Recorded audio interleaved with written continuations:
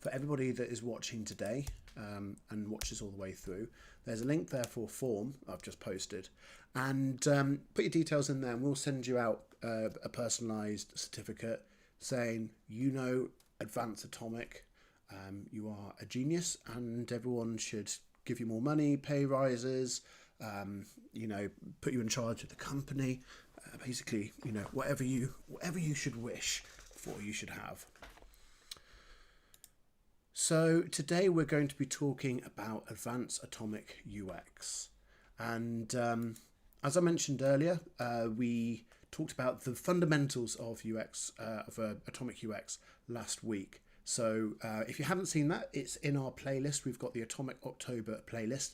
The first one is probably a little bit more aimed at your stakeholders, decision makers, people in your organization that might not understand the value of a repository or understand the value of a process in which, you know, we can bring knowledge together. And that's a good one. And they might say, reports do the job, you know, we're able to do this with reports. So why do we need a repository? Or we already have a repository. We store all of our reports into Google Drive, and that's the same thing, isn't it? So, or we've got Confluence, which is a common one I see quite often. So that's a useful one to help people understand the benefits of a repository, and specifically an atomic repository, but I think it covers you know, any insights-based repository with some specifics about atomic. The last week, as I said, was the basics of atomic fundamentals, which is probably always useful, even if you think you know it, maybe for review. But today we're going to be talking in a little bit more detail. Next week we're going to be going into tools for atomic, specifically Gleanly. Now, obviously, you might think, oh, it's a bit of a sales spiel, and it probably is. But we're going to treat it as a demo of what the system does and a bit of training if anyone wants to use it. You know, obviously you don't have to, but we'd love you to come and join us next week as well. I'm just going to paste in the link to that into chat. And this is next week's talk. But for now, we're going to be talking about Advanced Atomic. You may be able to tell I've lost my notes. So, Atomic UX research, we know the basics: experiments, facts, insights, and recommendations. But I've been asked several times, is atomic grounded theory? Now, I've always assumed it was, but I hadn't spent much time really taking the time to understand grounded theory, and I wasn't sure. And it's one of those things I kept on looking at and thinking, is it? Isn't it? Do I even really understand what grounded theory is? So my basic summary of what grounded theory is it's an inductive approach where new ideas are derived from data, as opposed to traditional hypothesis deductive approaches of research, where you come up with a hypothesis and then try to prove it or disprove it. And honestly, I found that definition surprising, because I've always done discovery-based research. So considering that, you know, thinking about traditional research as not being in that way, you know, where we start with what we might know, but also we would look to do discovery research to uncover unknown unknowns. Anyway, so by that definition, is atomic grounded theory? And yes, I think it is, because atomic usually does start with the data, and we work through to ideas, through to decisions, and then to action. And I suppose atomic goes a step further and allows for future learnings, perhaps learning springing from the original recommendation to come back round and bring new evidence. So I think the idea of grounded is it starts with the data and ends up with answers. But kind of it's quite obviously in reality it probably isn't linear, but it should be circular. It should be, we've got ideas, we've got results based on our research. Now we're going to go back round, take action and test those, and any action we should take should be testable. So I think another reason that atomic might be grounded theory is that the benefits, when I look at the benefits of grounded as they are told by their proponents, they're very similar to the benefits of atomic research. So, you know, findings accurately reflect real world settings. So what they're saying there is what you're discovering, the insights you're finding, are reflective of the data you're finding. You're not coming up with an idea and then trying to fit the data around it. And it's great for new discoveries. You might discover things that you didn't know, which is the reason I've always worked in that format. It's open but structured, and data collection and analysis are streamlined, which is very much an atomic benefit. You're creating the data, you're analysing the data, you're coming out with answers. And the other reason that, in fact, Atomic was created was that during that process, it's in your repository. It's already in a format that can be shared and reused by people, and it reduces confirmation bias too.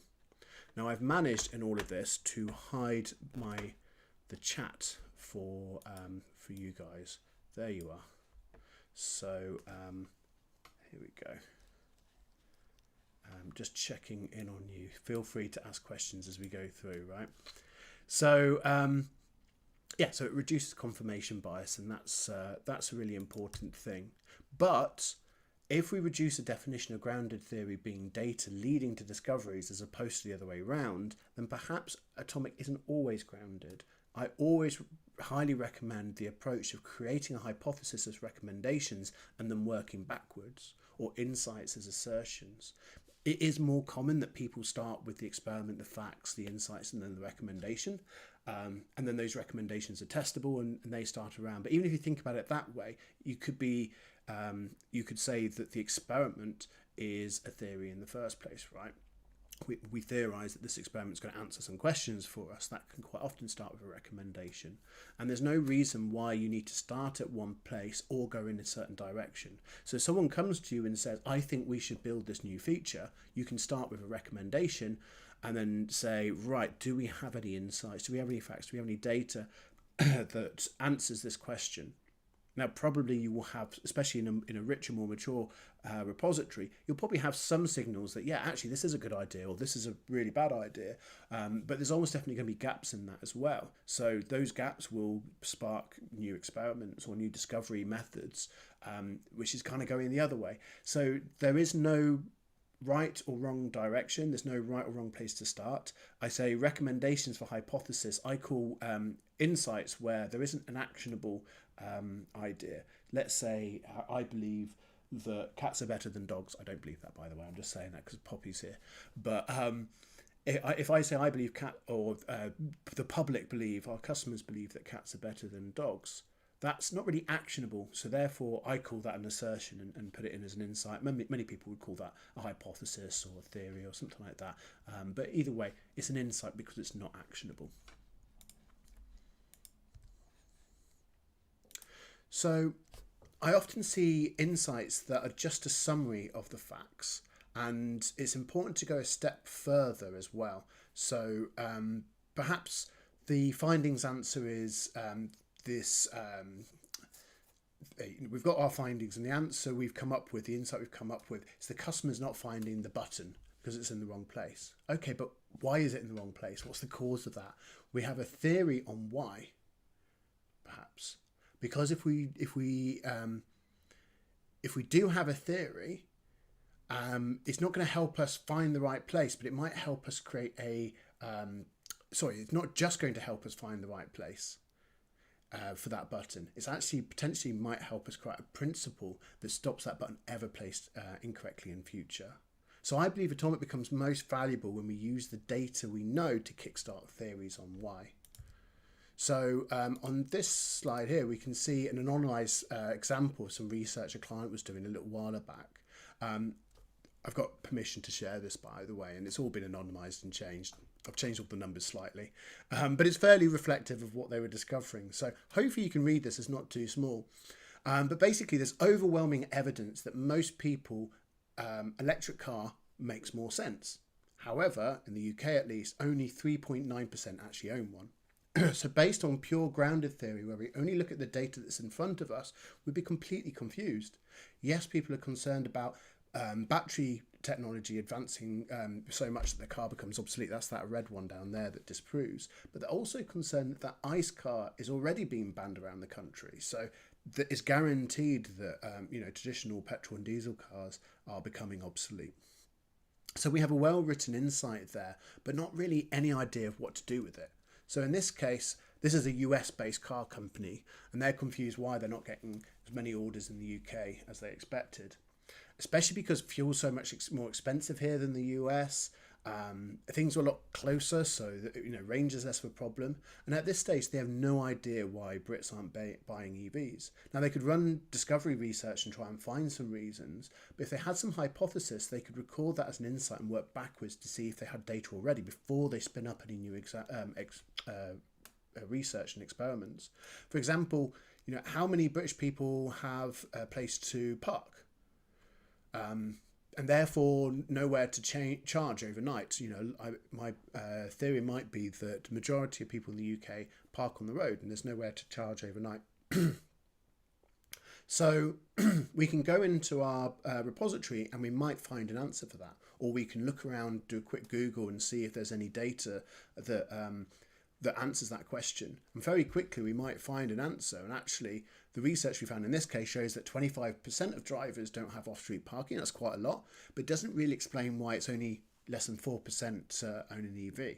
It might be part of a consideration, but it's not the reason. There must be more to it.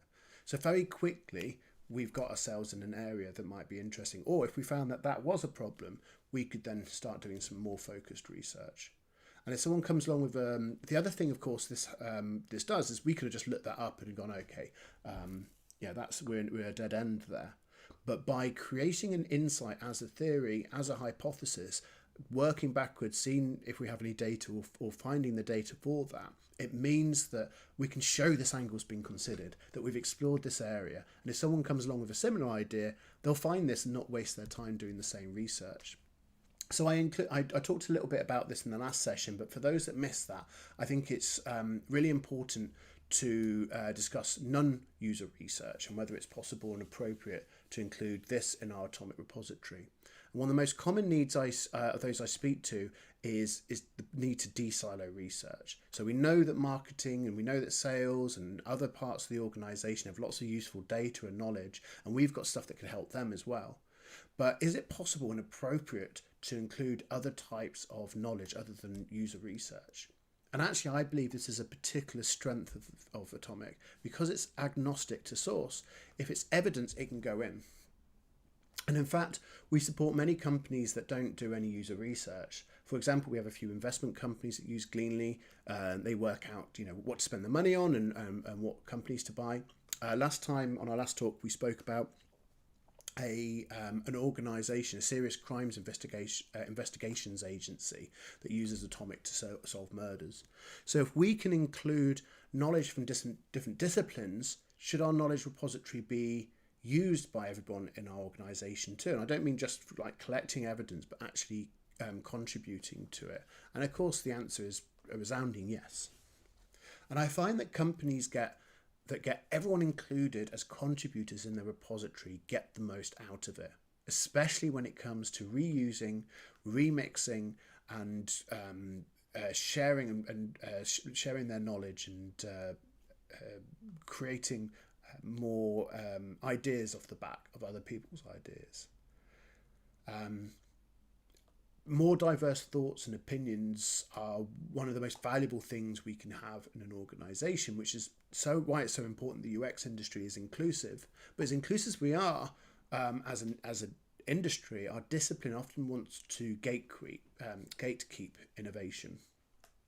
So often I've seen the best ideas come from non-creators, which I say with the biggest inverted commas that I can manage, because everyone is creative, even if they don't think themselves a swan.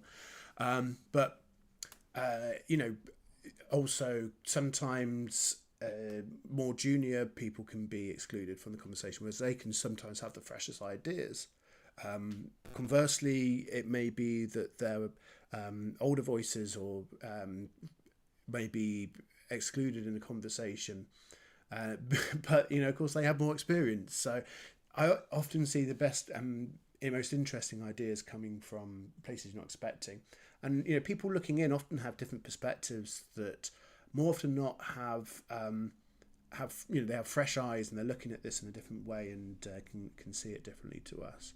And if their idea sucks, we don't have to do it, right? So we can be open to everything. But the other consideration is that everyone in an organization will be using knowledge, even if they're not doing user research to generate it. So developers are a great example. And actually, developers have one of the most advanced and far-reaching repositories of knowledge in any discipline, I think. And that's GitHub, which you've probably heard of. More often than not, they can find someone who has solved that problem, the same problem, and then shared it with the community. And if there isn't an answer, they can ask for help, and the discussion is open for others to benefit from in the future. So as a side note, actually, one of my dreams for Gleanly in the future would be creating the world's largest open source research repository. I don't think there is really anything at the moment for user research, like an open source of we've tested this, every single company's tested this thing, and this is all of their research, kind of meta-analysis, all of login forms or whatever it could be, but common patterns and things that have been tested over different organizations. So everyone could, when we have insights or ideas that are tested and we think would be useful for the wider audience and aren't bit as sensitive, of course. Anyway, what do you think of that? Is that a good idea? Pop in the chat if you think that's something you'd like to be involved with. So we're not going to replace GitHub, or nor do we aim to, but we should be getting devs to record technology-related factors to help us make better product decisions, and which is something that I don't think GitHub is really designed for. They record the code and other things, but I don't believe there's space for them to really discuss. It tends to be more in Notion or Confluence. They might record the rationale for making certain decisions. So if they could include that in your repository with you, imagine if you could say, well, I have data showing that customers are asking for this feature. I have other data showing that it could be profitable from the BAs or something. But I can also see that the way the API has been built at the moment will mean a massive refactor, and that would make this idea unfeasible. But then over here, I have a different team that has a feature that they've developed, and they have mentioned it could have applications in the area we're looking at. So great, now we can use their code, release this tool, little effort, high reward. And I'm sorry if that's a bit digital product focused. For those that work in different areas, I'm sure you'll be able to translate this into your industry. For example, for homes, for instance, the client has asked for the kitchen to be open plan into the dining room, but the engineer has shown that the separating wall is structural. And now we can get a structural engineer in to check, but if it's in the repository, it's ready to go. Right, no, this is why this won't work. We can connect these things up and very quickly answer that question. So, yeah. Actually, on this subject as well, I wanted to share one of my favourite photos with you as it relates to this matter. And this isn't actually the photo. I didn't quite. I was going to ask if it was okay to share the original image, and I'm sure they would have been fine with it. But I thought, just for safety, I'll just nick one off Google. So yeah, it's very similar to this though. It's one of my favourite photos, and it may seem strange it's my favourite because it's just a load of boring, people sat in a meeting room looking a bit bored. But the photo came from one of our very first customers while we were still in the alpha stage. We hadn't really released the product properly. We just had a few customers we were working with. And we had a few different organisations, all different types. And this one we were working with particularly because they had a really large organisation with lots of people doing their own research who weren't researchers. What the re-ops community might call powder people, people who do research, in brackets, but aren't researchers, don't have research in their title. So they had a small research team who were managing, hundreds and hundreds of people. So I think it was about 4 or 5, managing about 500 to 600, maybe even more than that, of people in the organisation who were producing research. And it was really difficult for them to manage. And so they wanted everyone to be contributing into this repository. With the aim to make it easier to manage what they were doing, de-silo, encourage sharing of knowledge, all of those good things. However, engagement was really difficult, and it took a lot of work to convince the wider company to engage and use that early version of Gleanly. Now, for those that did try it, the response was mostly positive, but quite a few were very difficult to convince. We just weren't getting anywhere. And we tried a few different things with mixed success. We had a Gleanly challenge where they could win prizes for entering their knowledge into the platform. And so that photo I was sent, that photo was an all hands meeting. And at the front, the CEO was at the front discussing upcoming focuses of the next few quarters. And instead of a slide deck, he was just clicking around in Gleanly, pulling up things saying, we know this is an issue here because of this, bing, bang, bang, just going and pulling things up and discussing them. And basically, it was so wonderful because Atomic had become the way the company thought and shared ideas. Researchers and non-researchers, this is just how the organization's brain worked now, right? And this came at a particularly difficult week when I had been tempted to give it all up. But this photo showed me that we were onto something. It was working and got me to stick with it.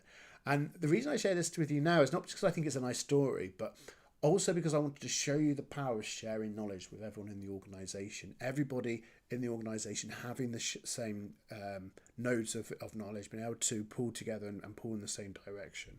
I think that's really, really important. It's not easy, even with Atomic. It doesn't solve all problems, but it is powerful and worth pursuing if you think that would work in your organisation.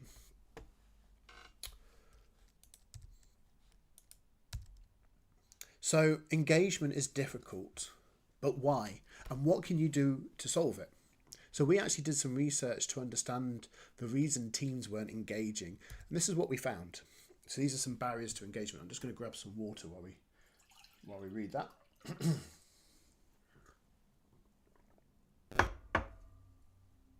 Lovely. So the first one is non-research are doing research for specific purposes. And their purpose is not to do research, right? They need to answer a question to make a decision. Once they have that answer, their focus is then implementing that decision. The research is quickly forgotten as they focus on the next thing. Next one. And they don't always understand the value of a repository. They don't see there's any issue in the way that they're working. In fact, they'd actually consider the idea of a repository extra work. They've already got enough on their plates. They're not being measured by their knowledge management. They're being measured by their performance and what products they're getting out. And this would maybe seem like extra work. And the way we can combat both of these issues is by displaying the value. Spotlighting instances where teams have done the same research multiple times and maybe save time and money by not replicating work. And examples won't be hard to find. And in fact, most cases, you'll probably find the same team learning and forgetting the same thing over and over, let alone multiple teams learning the same thing over and over. So, and when the repo is more mature, obviously they will start getting the benefit of being able to answer questions with knowledge that already exists. Of course, this will take time to get there. You're not going to show this at the start, but make sure to highlight those, celebrate those successes, look for case studies, display them, and be, find the advocates in your organisation. So the other issue you might have here is that they're comfortable with their current process and fear change. They've got a process, it works kind of, and they see no reason to change. They don't really have time to learn a new way. I often see these in cases where they will adopt, quite often they're not only adopt a single process, but a single methodology. So they'll know how to run an A/B test, for example. No matter what the question is, it's going to be solved with an A/B test because that's what they know how to run. And so we have an opportunity here, not only to show that the value in sharing knowledge, but also that different methods and sources can be more appropriate in different cases. But even when they're keen to stick with what they know, the good news is Atomic means that they should not have to change much in terms of their process. We would only interrupt them at the synthesis stage. I mean, that still is a change and there is a small learning curve, but encourage them to trust the process. For most people, the Atomic process will give them a deeper insight and they'll get more out of their research. In fact, the most common feedback I hear from non-researchers and mature research alike really is, I thought I understood what we were learning when I was doing the interviews or whatever it was they were doing. But then when I started synthesizing through the atomic process, I started looking at it differently and got much more out of it. So atomic is designed so that using the synthesis process means the knowledge is captured and in most cases shareable in that format. So there's actually less work, less reporting, and their knowledge is automatically available for everyone to benefit from. I hope that made sense. I didn't feel I formed that sentence very well, but I hope you can understand. By using atomic, when you're synthesizing and trying to understand what you've learnt, by its very nature, you're creating atoms, and those are in a repository using the tools. It means that they're already recorded. There isn't extra work. In fact, it may be that instead of having to write a report about different aspects, they could just share a couple of assets to different people and actually save some time. I hope that makes sense. So the final reason is actually where we got into, these other reasons. They are factors. It's a bit like the electric car.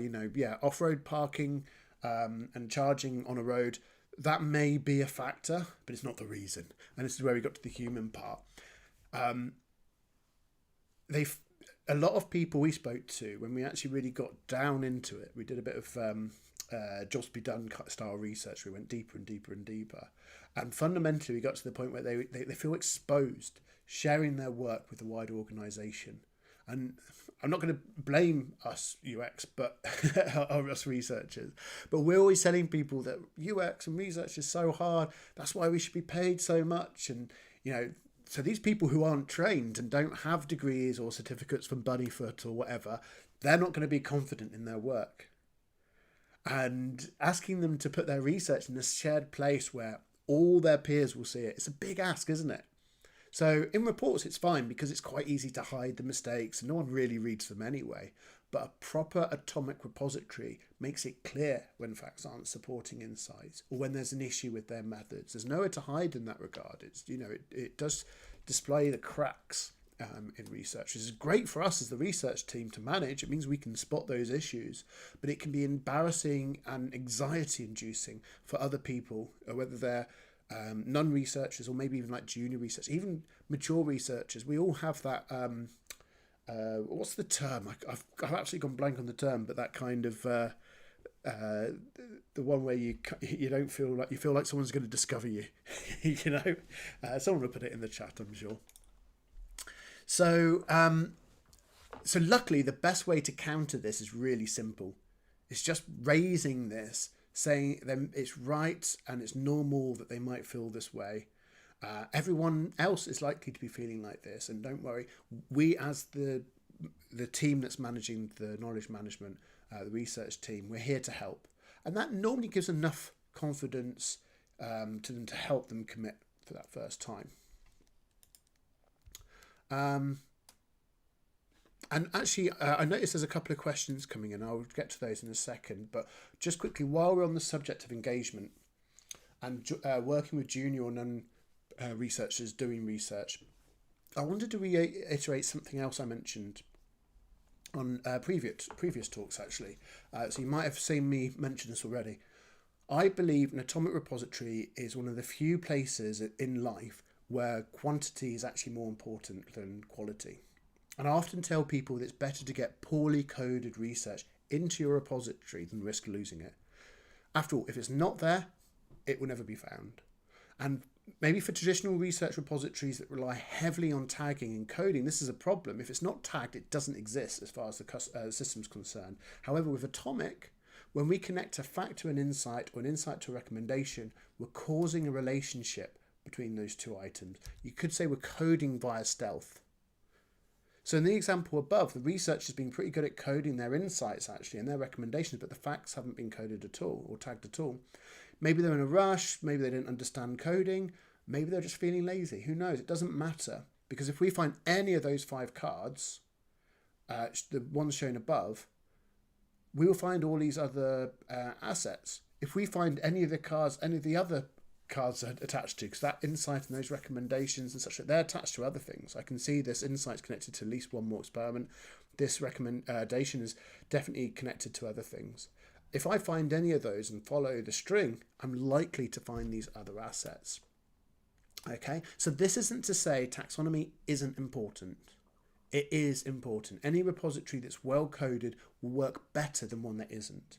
But with Atomic, it isn't imperative. And I have seen whole repositories with barely a tag, or even worse sometimes, repositories with far too many, so you still can't find anything. But as researchers, you're going to be worried about getting your best practices perfect, focusing on ensuring everything is perfect. You're probably cringing at what I'm saying right now. But I tell you, get the engagement first. Get the knowledge flowing. We can build the quality over time. Keep the barriers low, reduce friction, grow maturity. The quicker you start, the less you'll lose. And I've done a lot of work in the design systems world. And I found that design systems and knowledge management very much share this commonality. The more barriers you put up, the more friction there is in the process, the less engagement you'll have and the quicker it'll fail. Now, it can be the other way as well, especially with design systems. You need people in charge. You need to have a framework and a process and best practices, but there needs to be a balance. Otherwise, it'd be easier just to create their own components or not bother sharing their research. And before you know it, you might as well have not had it in the first place. So let me take a second now to check into some of these questions, because I can see there's a good old discussion going on. Give me a second for a glass of water as well.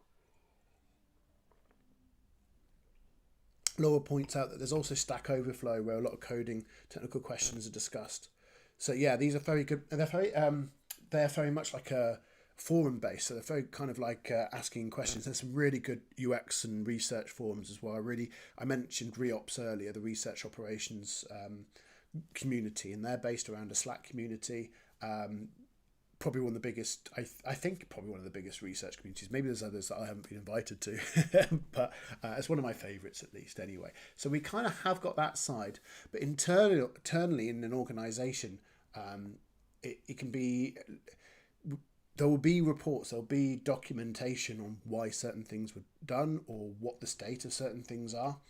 We have things like Jira for backlogs, for technical debt and things like that. So it's not always impossible, that side, not in the same way as it can be difficult for research. But I think there's a benefit in bringing research and technical knowledge together. So maybe developers might disagree with me. Jenny says, thinking more that user experience transparency would be such a culture shift in tech. People will see how we do our best to use research practice for good. That's so true. The amount of times I've seen that when wider cross-functional teams, especially like on the tech side, are brought in to maybe helping with the synthesis. It's something that's quite good about Atomic as well, is you can bring your cross-functional team in to help you synthesize. You can look fantastic because you're bringing them in, and they're getting listened to. They get opportunities to create their own insights and recommendations. But also, it takes a lot of weight. You can have someone in charge of tagging, someone else in charge of typing facts, someone else in charge of typing insights, etc. Someone else in charge of connecting. So you can share the load, which is really good. You get through it a lot quicker.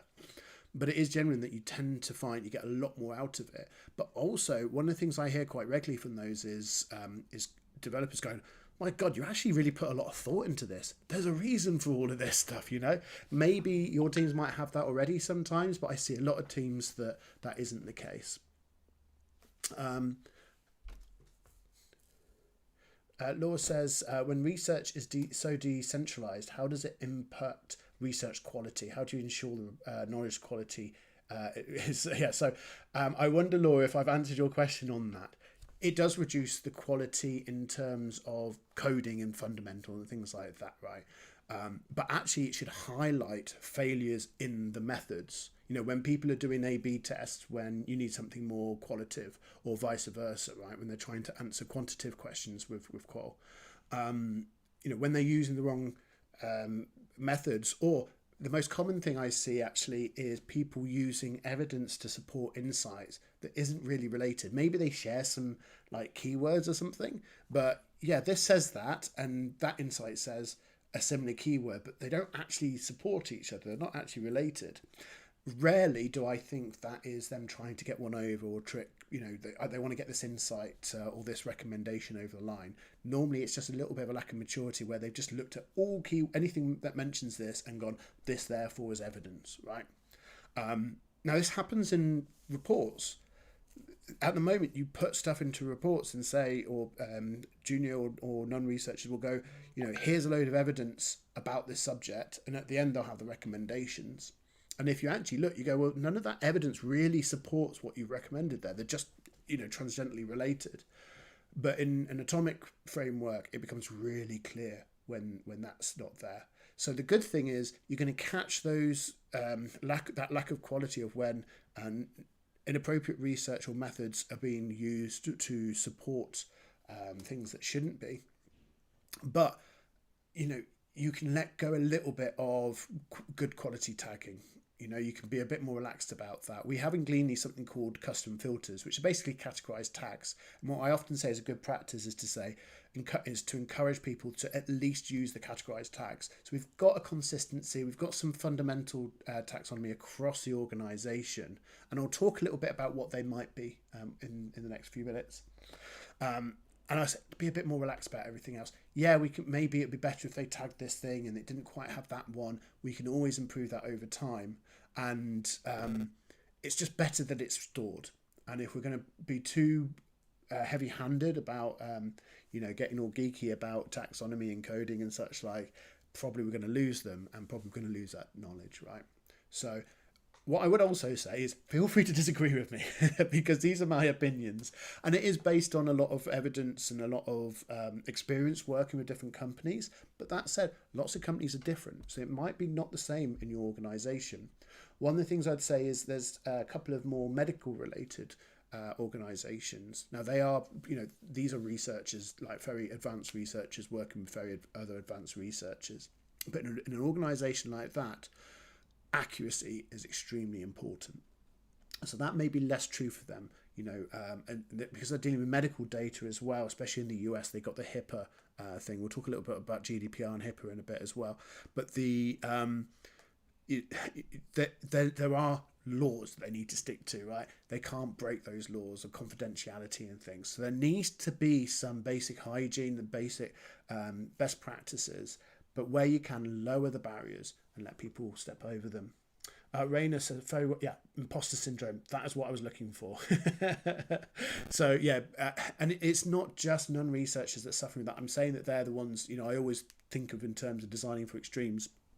In my experience, they're the people that are more likely to resist this kind of thing. Most researchers get a repository. They're excited to be a part of it. UX designers and such like, we get it. Not to say they're not suffering with imposter syndrome as well, but normally they're excited, to get involved with this kind of thing and have opinions on it and such like. So, and I definitely find the researchers I work with are actually the most difficult to look after because they have that knowledge, but they ask such nuanced questions. They have such precision and like kind of detailed. Sometimes, like I've been doing this for God knows how many years now, 5 years plus. Specifically working on atomic, probably more like 7 now actually, and I'm still getting new questions most weeks that someone will surprise me with a thing that I just never had thought of.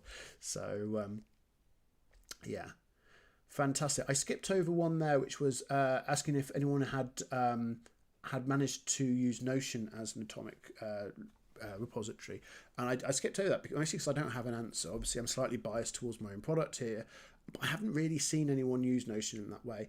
I love Notion. I use Notion myself, not for a repository, obviously, but for more kind of just documentation stuff.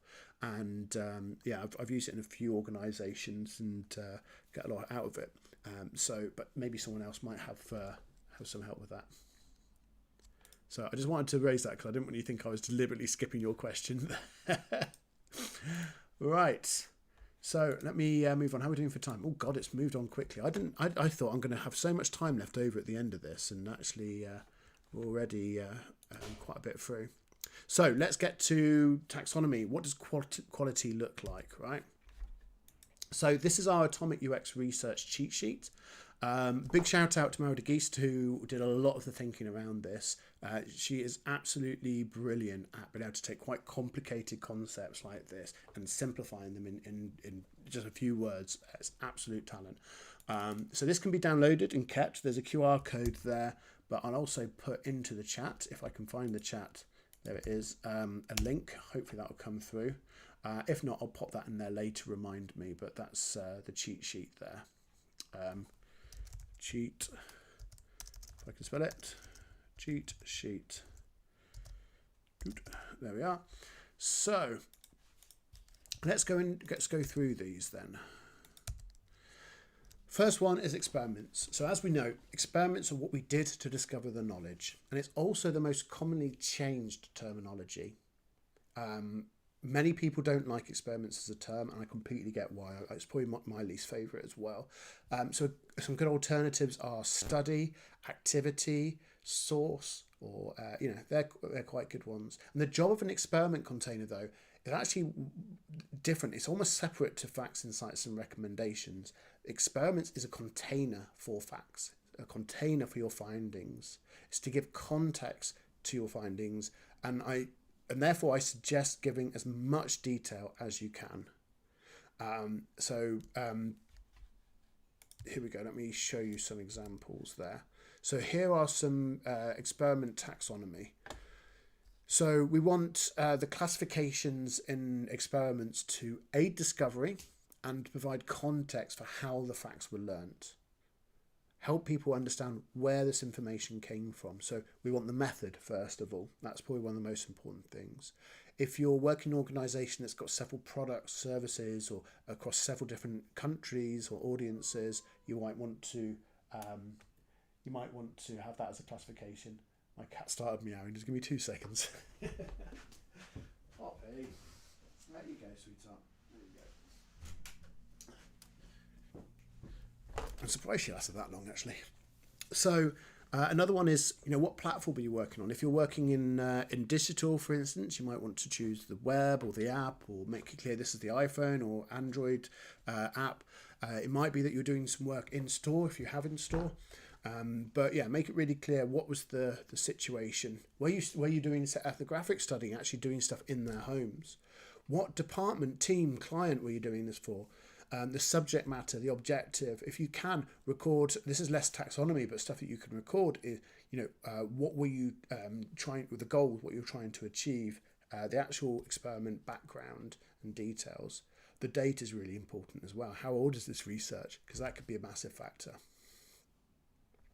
So facts are what we learnt. So a good fact is a quote. And I got some examples there. Quote, I can't find the invoice section. Surely it could be here. Observation. Participant 3 took 6 minutes total to find the invoice section and end up in profile settings 4 times. Statistic. 14% of support calls are clients looking for copies of their invoice. But in all cases, facts should be unbiased and hold no assumptions. They should be short enough to read in a few seconds. I'm going to talk a little bit to that in a second, and have enough context to be understood by itself as well. And we want to keep it short. In Gleanly, we limit a fact to 255 characters, and I've been asked a few times if we can expand that, and the answer is always no. Not just because I'm being stuffy, but there's a reason for it. It needs to be bite-sized. A fact should be no longer than 1 or 2 sentences, really. So 255 characters is the very much upper end of how long it should be. And any instant I've seen where people have said, this is a long fact and it should be this long, I can't bring it down. 1 or 2 things can happen. It's a long quote that needs to be summarised, but if we're doing that, we need to be really careful of not biasing. The customer talked at length about something and we summarised it as they love their cat. Okay, but did they say that? Or are you just assuming that's what she was saying, right?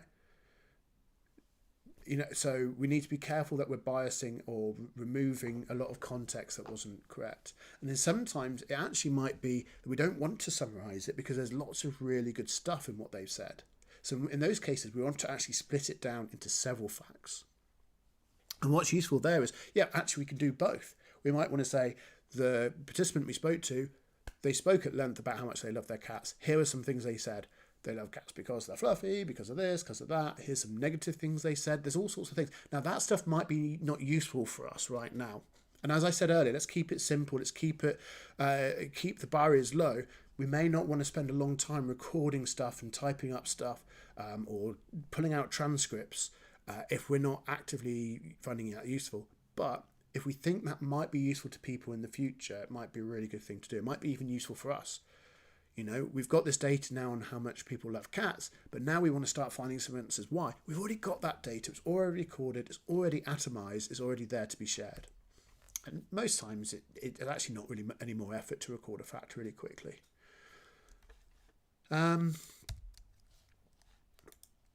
So yeah, we want to keep it short, and we want to also keep it factual. If I can ask, how do I know that? How do you know that when you create a fact? So in that top one there, participants struggled to find the checkout button. How do you know that? Well, it may be that in that situation, you know, the person I'm speaking to, they might say, oh, well, they spent a long time looking for the checkout button. And you review the video, and what actually happened is they asked them to go and find the checkout button, and then they started discussing the weather. And it wasn't that they couldn't find the checkout button, they were distracted. Something else was happening. The cat was meowing to go out the door. It's just happened for me. So it wasn't actually, it was the person doing the research's perception that the participant couldn't find the checkout button. What is more useful actually is something like this. Participants scrolled up and down 3 times stating, I can't find the checkout button. They were expecting to find it by the product price and a size picker. So the difference is that actually I've made that much longer. I said earlier that a fact should be really short as possible. I didn't say short as possible. It needs to be contextual. It needs to help us understand what happened. If we're reducing it to a point where it loses all the context, it loses that rich detail that will help me make it better. I know now, rather than, first of all, do I even trust that the participant couldn't find the checkout button? Not only do I actually believe that, they stated it, and we can see that they scrolled up and down 3 times, but they also mentioned that they expected to find it by the product price and size picker. That I already have a good idea of how to fix this now, right? So obviously that's a bit of an idealized one, but hopefully you get the idea. It can be more useful to say exactly what happened rather than trying to define it, because that can be what the insight's for. More on that later. So fact taxonomy. What's some good things for facts? So the classifications for facts should give us context, especially who it was, where it came from, or what it's related to. We've already got the method and all that stuff from the experiment. This is specific. So for instance, if we said the method was a user interview, on the fact we want to say, well, this was this particular participant, this is their demographic, this is where they were, here's some unique things about them, right? I've seen sometimes people creating a persona fact as well. So, sorry, participant fact. So they have one fact where they're recording a load of detail and background about that person, and then separately the facts. So that can be a useful way of doing it. Sentiment is a really good one if you're doing qualitative research and sentiment is appropriate. Recording that's really good. Just be careful of making sure you only use sentiment when they actually have got, very often I'll see people say, oh yeah, the customer found the button. They were very happy about it. And you think, really? Why were they so happy about that? And you watch the video and they were absolutely nonplussed. They were just working away going, yeah, I found the button. The researcher was happy they found the button because they put it there, right? What part of the journey they're working on is a really good one as well. Yeah, you get the idea there. So one common mistake I see is facts listed as insights. So in this case, I told a story about this in the last one, so feel free to watch the last video and hear that story. But if we did a survey asking customers whether they prefer what colour clothing they prefer, summarising 64% of our customers prefer green clothing, that's actually a fact, right? It's a fact that those people in that survey said that. It may be that we have another survey that shows that isn't what true. So when they said something different, maybe the sales data would say something different. But it's a fact that in that survey, they answered that they prefer green clothing. And we can have better ideas about why that is. We can bring we've got the customer survey there, but we can have a look at the sales data. Are we actually selling more green clothes? Yes, so we're onto something. But why? Let's bring more data in. We can have insights that we use to hypothesize on that. Do you remember we were talking about that? So maybe it's because our branding or our marketing that we're attracting people that are particularly in green. We want to collect the raw data, turn that into findings, and then synthesize that into understanding so we can make better decisions. Okay. So insights. Insights should try and include the context for the cause and the effect of a recommendation. Why we think we found this, what was the context for that? So in this case, we've got customers couldn't find invoices in the section in the footer. The cause, because they see invoices being related to their personal paid account, and the effect is they end up calling the contact centre. Now, you're not necessarily going to get all three of those, but as much as you can. And they need to be, once again, short enough to read in a few seconds. In Gleaning, we have the title, we call it. So we have the insight, and then we have more detail. So you can expand on it, but we want the thing that someone reads to be really nice and short so they can swallow that, go, right, I can understand what you're trying to say here. Now let me look at the facts and see if I agree with you. But they need to have enough context to be understood by itself. And yeah, when it comes to taxonomy, we need to make that really clear what it's relevant to. So classifications normally provide context, type, and theme. So the type, what do I mean by type? So for insight type, we might have a principal insight. So principal is something that likely affects every part of our organisation. A strategic insight may be specific to a particular team or feature, but it guides our strategic thinking for that team or feature. A tactical insight is likely to be very specific just to that part of the experience, such as a position of a button. And I also think it's quite important to mark when it is a prototype. It's not the live product. So the insight we've learned from that may not reflect onto the real product or service that you're offering. As we discussed earlier, we might want to add an insight as an assertion or a hypothesis, and I think it's really important to mark that as well, because it is a hygiene factor that we started with this and we're looking for data to prove or disprove it, right? And we might also, once that button's been moved, it might make that insight obsolete. And I will talk about this very briefly later because we're going through the time like nobody's business, but it's very easy to delete insights and lose all that hard-earned knowledge. It's better to mark it as obsolete. This isn't a problem anymore when that is the case, but here's a record of what happened and how that came to be. Other types of taxonomy: product, service, the country it was learned in, because we might learn something in Germany and then go, okay, well, is this true for Italy or France or Japan or wherever? You know, we need to have that kind of cultural context as well. What part of the journey? And opportunity is a really good one. I've seen people do to have a few different terms for this, but I mean, when I mean opportunity, it might be kind of a focus area for the organisation. So insights should not just be a summary. We talked about this earlier, right? So they shouldn't just be a summary. We need to hypothesize on the cause and effect. Don't restrict yourself with what's learnt in this particular test. Remember, you have access to all the knowledge from your atomic repository and beyond. Use this as an opportunity to come up with ideas, see if you have data that support it, and be quick to come up with ideas, challenge them, and then shoot them down if they're not right. On the flip side, you might want to create what I call proto-insights, which is the opposite of kind of these more detailed insights. So these are almost like affinity maps. So what I've done here is I've grabbed a load of facts that seem to be related. I'm not sure what the insight is yet, but I can see they're all, these three actually said the same thing, right? These three participants, they all found the add coupon easily. This one couldn't work it out at all.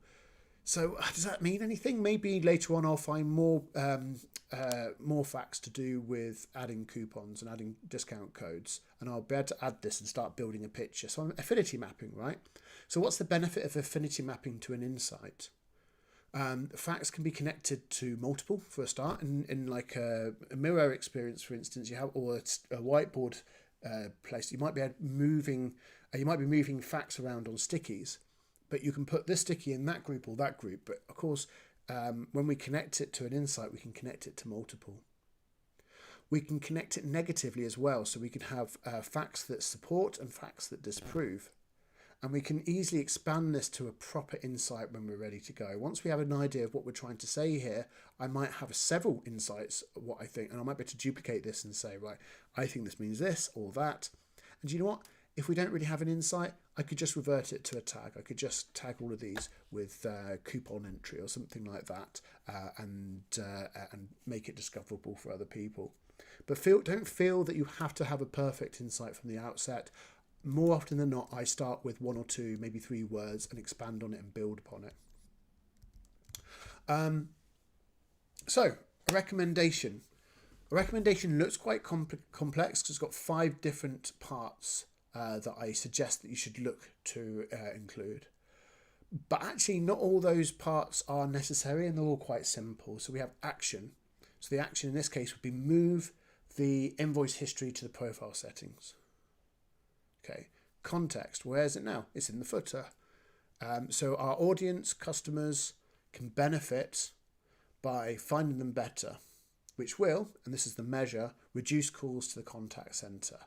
And you could miss any number of those, but I really encourage you to try and include the measurement if in as many cases than is that it's possible. This is what we'll do next to see if this is working. Now, maybe we need to build something and then test it. Maybe we need to do a prototype. Maybe there's something else we can do, but we need to be retesting. And we want to make sure that these are short enough that it can be tuned in a few seconds, the same with the previous ones. Connected to relevant evidence both for and against. As I say, we need it to be retestable and measurable, so we're always trying to include a measurement. And ideally give some kind of idea of priority, ease and status. Now, that might be not your job, of course, but yeah, we need to be able to understand it in isolation. So as well as context, we want to give the status and prioritization, right? So the status is, what state this recommendation is at the moment. So if I've just written it, it's probably going to be an action. It's waiting for someone to come in and make a decision. That may be me, it may be someone else in the organization, but it's unactioned at this moment. It's just sitting there. When the stakeholder comes in and looks at it, they might go, actually, I need more evidence. I don't have enough here to make a decision. Once they have enough evidence, they might reject it, they might approve it. And once it's approved, it may it would then go into build, into Jira, whatever it is that happens in your organization. And then, of course, it's going to be completed. It might be ready for a retest. And once again, if it was a hypothesis, if we started with that recommendation, and we're working backwards, we probably want to mark it as a hypothesis. Most people like to include a priority, usually ICE scoring, which is impact, confident, ease and effort. But if you use different ones in your organization, that's fine. And context, once again, always need context, the product, service, journey, opportunity, the team that's related to. Whereas with the experiment, we might have had team, which is the team we were doing the research for. In this case, this is probably more likely the team that we'd expect to carry us forward. We may have learned something through doing work with one team that is useful to someone else, right? So we need to make that really easy for them to discover. So I'm rattling through it now because I'm aware that this was meant to be an hour. I've already gone over. I knew I was going to talk too much, and hopefully you're still with me. Hopefully you're still finding this interesting. So we said then maybe it would be me creating the recommendations, maybe it would be me kind of taking this forward. If you're a UX designer, you might be doing research for yourself. If you're a researcher, you might be doing research to deliver to someone else. And one question I quite regularly get asked, who should create the recommendations? Who should create insights? And my opinion is everybody should be allowed to do so, as I mentioned earlier. But if it's the case in your organization, your job is just to provide the data or the findings to parts of your organization, and they turn those into insights, or they make recommendations. That's absolutely fine. You don't need to follow that process all the way through. You can hand over. My belief is getting everyone involved, collaborating is the very most powerful thing you can do. So one of the things we mentioned earlier when we looked at that obsolete tag for insights, should you delete old insights or recommendations? And people often say, recommendation has been completed, or this insight is in relation to something that's been changed, so it's obsolete. Should you delete it? And the answer I say is no. We should never delete anything. Our repository should be a record of what we know, how we were thinking, what we did. And if we delete anything, we lose that provenance. We lose that. It will cause people to have to relearn and make the same mistakes we did, learn the same things that we did. If something is no longer current, we can mark it as obsolete or mark it with an archive tag or something. Now, the only exception to that, in my opinion, this is all my opinion, I should point out, the only exception to that is if we have some data that we find out is based on a bad experiment, right? So let's say we did an A/B test, there was a bug, we can wipe that because they're not facts anymore, they're lies. So, and what about legacy research? Maybe we have, when you're first starting, you might have lots of old research in the forms of reports. Should we bring that into our repository? It'd be really useful to start with something, and but it's going to be quite costly and time consuming and probably very boring to go and reformat that into the Atomic. That's one of the downsides of Atomic. It has got a specific structure. You can't just take a report and very easily pull out the facts, insights, and recommendations unless it's already been structured like that.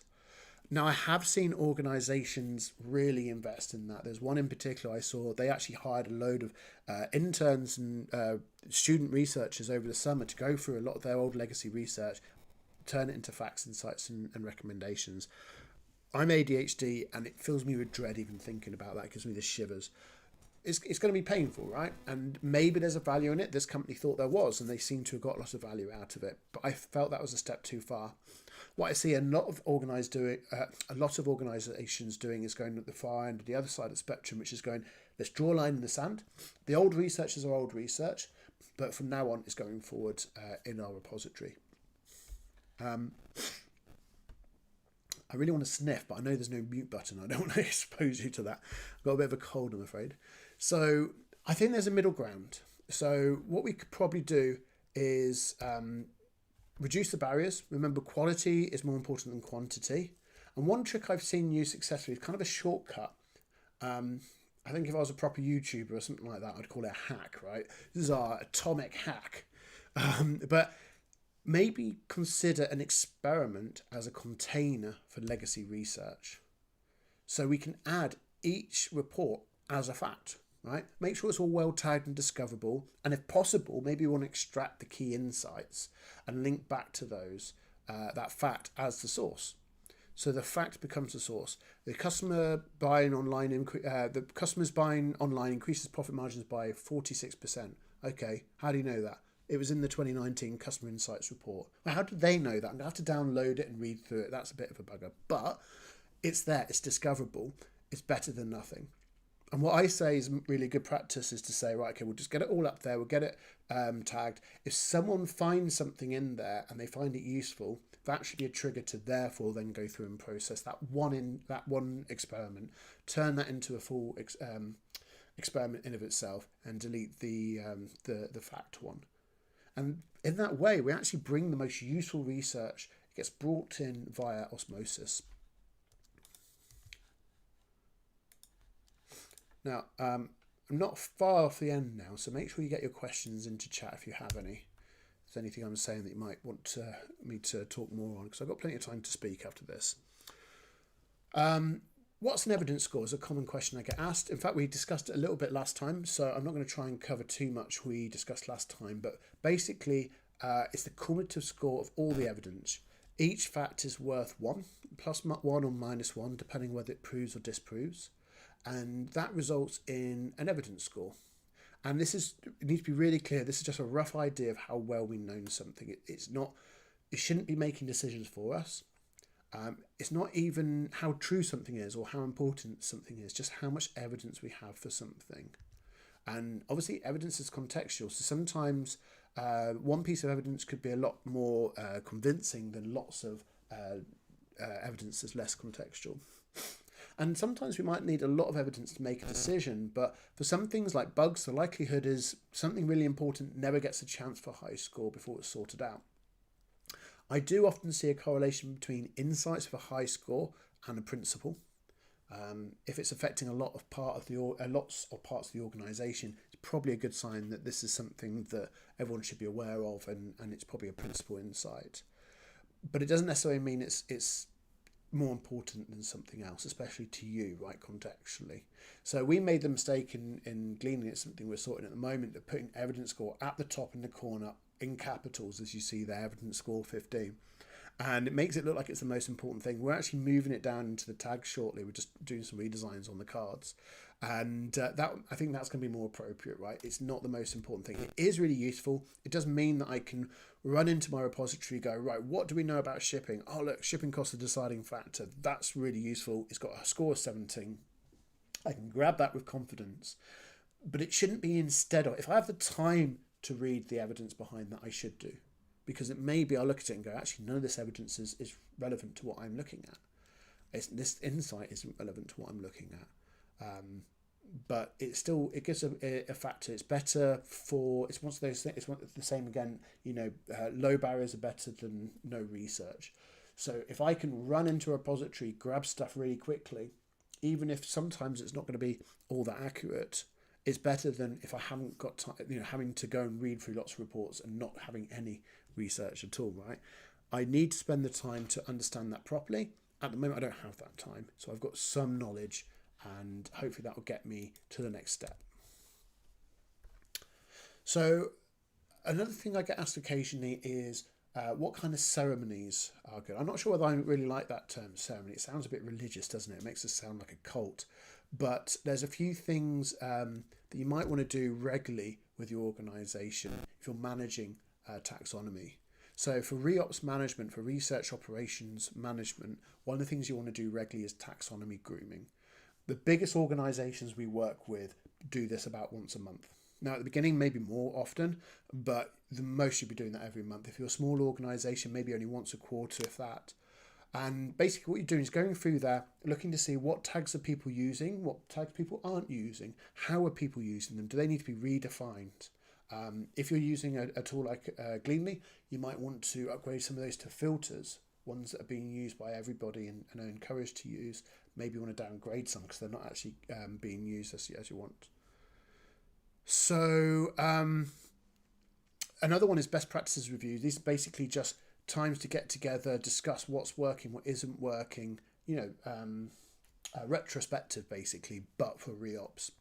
And now you might want to do that as a workshop regularly, or you might want to have office hours. So it's just a time when people who are aware you're available to sit down and talk. It might be about best practices. It may be about a specific thing to do with their research, but it's good to have knowledge management specific office hours, I think, especially if in a larger organisation. And research check-ins as well. So these are a bit more proactive. So rather than waiting for someone to come to you, it would be someone's done some research, you go and they've marked it as complete or something like that. You go in there and actually have a look and go, right, do these facts actually connect to those insights? Are those facts and insights of good quality, or do we need to do a little bit of work with them, a little bit of retraining to make sure they understand what they're doing there? Good thing about Atomic is fairly low touch. People tend to, with very little training, get the basics of it. And sometimes, it might take a couple of times to get it, to the quality that you're after. But as I say, as long as they're doing it, that's better than if they're not doing it, right? I'd rather be saying, oh, that's not quite right, but we can do better, rather than where is your research? For the wider research team and insights team, or for stakeholders, you might want to do insight spotlights. This is a really great ceremony I see a lot of organisations with research teams doing, where it's basically an opportunity to come together and discuss what you've learned over that month or quarter. We encourage people to either mark them with a tag or create a report with those insights in, and then you can come in and go, right, okay, so Larissa, you discovered this month. Tell us about it. What happened? So they're there. Anyone can go and look at it and look at the evidence and look at the experiments. It's an opportunity to come around, treating your repository as a campfire or as a water cooler, something to come and gather around and discuss and build cohesion in the team. We might want to do a backlog grooming. This is more for stakeholders and decision makers, but there may be recommendations in there that have built more evidence over time, or we know we were busy back then, now we're less busy, or things have changed. This might be something we want to do now. We've got recommendations there that have evidence, that have value, that we should maybe be reconsidering. And the other thing is making sure there is something, this may be a ceremony, it might just be more of a trigger or something like that, but when a recommendation has been implemented, we need to review that, right? We need to test it. And it'd be very easy to go, that's done, cross that off the list and forget about it. But no, we need to test it. We need to get data. Did it work? And actually, the benefit for us as researchers, as UX professionals, is if we can look at those and go, that had an impact, that's brought value to our organization, we can hold that up as value that our industry, our discipline has created. We've seen last year lots of people losing their jobs in our industry. Now that tide is starting to turn. I think next year actually is going to be a really good year for the industry. But I feel one of the things we're missing as an industry is the tendency and the frame of mind to place value on ourselves, right? We know what we do adds value, but we quite often, we're doing all this research to help other people, but rarely do we do it to maybe it's different in your organization, but what I rarely see people saying, this is the value this work had. And I guarantee your PMs or your devs and such like, they'll be going, yeah, we did this work, it produced this, we saved this amount of money on the server times, we increased the performance of this, we increased margins over here by X%.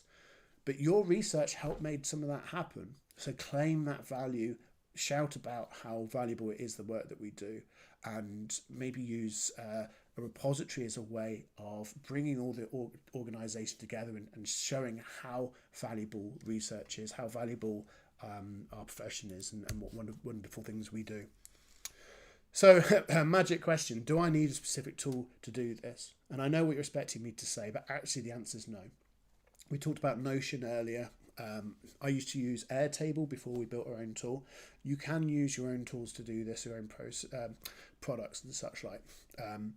And that's absolutely fine. We built Gleanly because I felt that there was things we couldn't do in those tools, and I was getting frustrated on certain limitations. That's why we designed a specific product.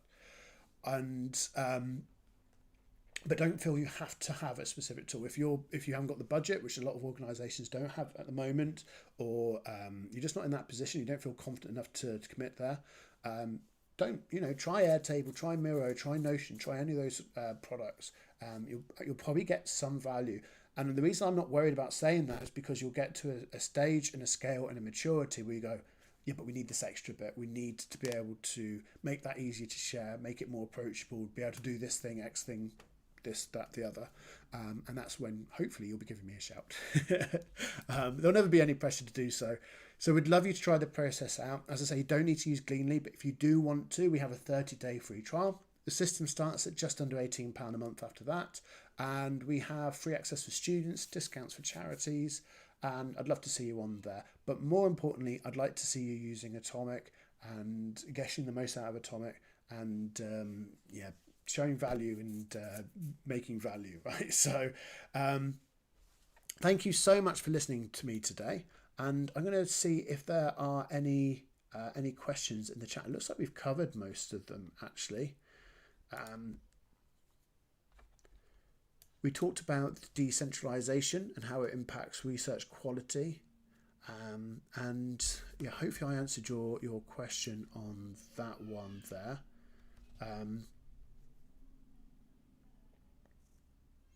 Yeah, I'm just going to hold on to see if there's any further questions, but hopefully this has been a useful thing for you today. I didn't realise I'd made myself disappear entirely. Leon said, "Why is there a need to weight the scores depending on the number of participants in the study?" Yes and no. It would be ideal if you had a weight. The problem with that, it makes people too focused on the score in a healthy way. So we actually had that in Gleanly. We weighted the scores. We weighted depending on the type of research it was, how current the research was as well. So age was a factor. And we built just like the perfect confidence score. It was amazing. What we found though, which was horrifying, is people started making decisions on that score. And the thing is, that score does not tell you everything you need to know. It shouldn't be making decisions. It should be aiding decisions. So we actually ended up rolling it back. And as I say now, we're decreasing it in even more and putting it into the coding. Now, there's some things I've got planned, maybe next year, maybe the year after, but I've got some ideas where that score suddenly becomes very valuable again, but hopefully not distracting to decision makers and not being the thing that people are making decisions around. And so that score will become more useful again. I think it is still useful now. It's just people got a bit too focused on it.